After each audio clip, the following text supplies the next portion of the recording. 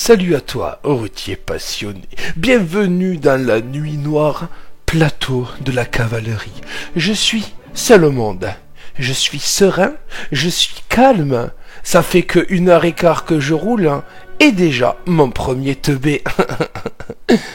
Voilà. Donc le mec s'est dit, t'es un camion dans la nuit noire, il doit arriver lancé, je vais mettre devant lui avec ma petite remorque chargée de je sais pas, de caca, de bois, de canard, de cochon. Voilà. Alors oui, je double. Parce que, à un moment donné, qu'est-ce que je vais freiner? Qu'est-ce que je vais lever le pied? Je suis lancé, le gars me sort sous le nez. Et je suis désolé, je tourne en boucle, mais toujours cette idée de il faut passer devant le camion. C'est un truc de psychopathe. Il doit y avoir des réunions le dimanche soir. Bon les gars, demain, faut passer devant les camions, hein, vous le savez, quand ils arrivent, pas de clignot, on s'engage. Voilà, mais c'est sidérant. Donc oui, je l'ai dépassé. Après, tu as vu, je suis pas méchant. PH 7. Regarde les deux gogolitos à droite qui vont se bagarrer comme dans la course PCE1 pour la draisienne bleue. Parce que la bleue, c'est celle des gendarmes. À toi, à moi, non, c'est toi, non, c'est moi. Bon, l'autre a roulé, a failli, a manqué de s'empéguer la glissière avant le terre-plein. C'est... à croire, je te promets, à croire qu'ils jouent leur vie ou qu'il y a une prime à celui qui va faire une bêtise. Hein. Coucou aux copains Avia au passage. Là, je te la pose là. La fameuse bretelle du motocross à Balaruc. Je te montre juste ce que ça fait quand les gens conduisent normalement. Les choses se passent normalement. Je suis en charge, ça monte. Je suis au régulateur, j'ai rien touché. Je leur mets un petit 9 sur 10 parce qu'il y aurait eu le clignot, ça aurait fait un 10 sur 10, tu peux pas tout leur demander. Je préfère qu'ils mettent pas le clignot et qu'ils fassent ça que de mettre le clignot et de rouler sur les sangliers déjà morts, tu vois. Donc c'est vraiment, c'était juste pour vous montrer que tout se passe très bien dans le meilleur des mondes. Voilà, quand t'as affaire à des gens qui réfléchissent un tantinet. Échangeur de Narbonne Croix-Sud. Alors... petite dose de, on va dire, adrénaline. Reste tranquille, il n'y a pas une citerne qui explose. Le mec de droite, le bâché, il a quitté la 9 là et il prend la desserte qui te fait sortir à Narbonne Sud. Le pétrolier qui se rabat devant moi arrive de Perpignan. Le Primafrio s'en va. À gauche, là, c'est un copain à nous. Il s'appelle Mickey. Non, il va pas montrer ça que, t'inquiète. Et puis je suis pas mini, donc il en a pas envie. Lui aussi arrive de Perpi, tu vois qu'il roule beaucoup plus fort que l'autre.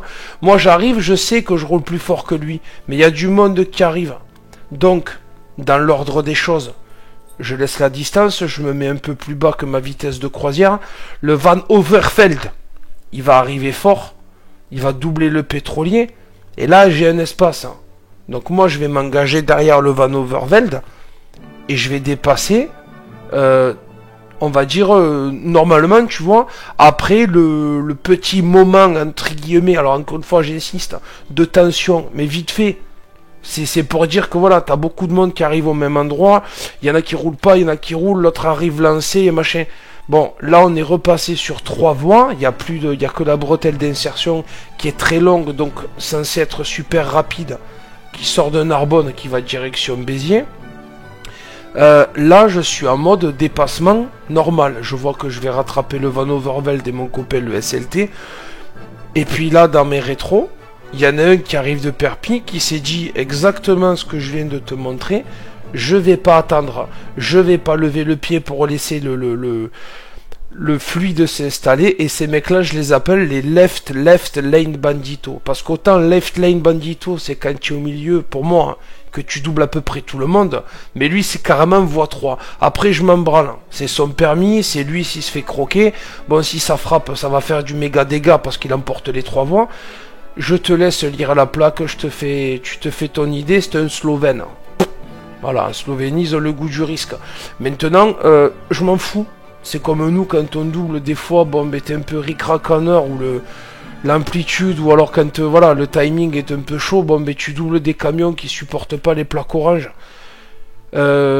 C'est nous les premiers concernés, donc je sais pas, c'est après bon, quand ils te mettent en danger, je comprends, mais là il nous met pas en danger, c'est juste qu'il fait un truc complètement débile. Ça paraît un peu foufou quand tu le vis là, ça fait drôle de voir 3 camions de front sur l'autoroute. Maintenant écoute, c'est sa vie, c'est son permis, il fait comme il veut, sachant que les étrangers en France risquent pas grand chose. Donc bon, on s'est regardé avec le pote Mickey. On a fait risette croisette pendant 9 km. Je pense que Pépé qui faisait la sieste au milieu des vignes, quelque peu dérangé. Mais c'est pas grave, il s'est rendormi là toute l'après-midi. Oui, les aléas du direct font que la transition était un peu longue. À vous les studios, Martine, c'est à vous. Oui, donc là on est sur Béziers. Je sors de l'autoroute pour aller au lavage. J'adore aller à la douche avec mon camion. N'y voit rien de tordu, hein, c'est comme ça, chacun ses délires. Je te mets cette section là juste pour te montrer que même charger une citerne, tu peux prendre un peu de plaisir à la conduite. Bon là tu vois, anticipation à gauche, clignot, mais il est chargé, il a mis 2 ans à prendre le rond-point. La citerne, la petit coup de rein à gauche, petit coup de rein à droite. Pareil là, ça n'arrive très rarement de la gauche, donc tu as un moyen d'anticiper de loin.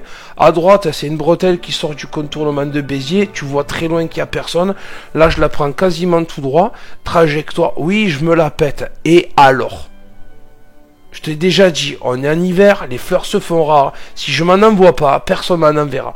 Donc là voilà, c'est pour te montrer que même en camion, je suis chargé, tu peux prendre un petit peu de plaisir à une conduite autre que ralentisseur, bouchon, cul à cul, autoroute. Voilà, tu peux un peu te faire plaisir. Là, je suis sur la 9 dans le sens Narbonne 7.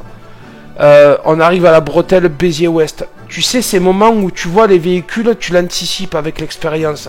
Je savais que lui, il allait me faire une masterclass de cette bretelle. Parce que c'est un Renault Master. Voilà, tu vois, il prend à la corde et tout. Enfin, arrive à 160 pour me sortir sous le nez, à se manger presque le séparateur de voie. C'est pareil, ça restera une énigme. Et là, je suis en train d'attendre que mes zigs avec le monospace ils s'en aillent. Je suis sur l'emplacement pour vider. En bas à droite de l'image, tu as le bac avec les bouches où je me branche pour vider. J'attends que lui s'en aille.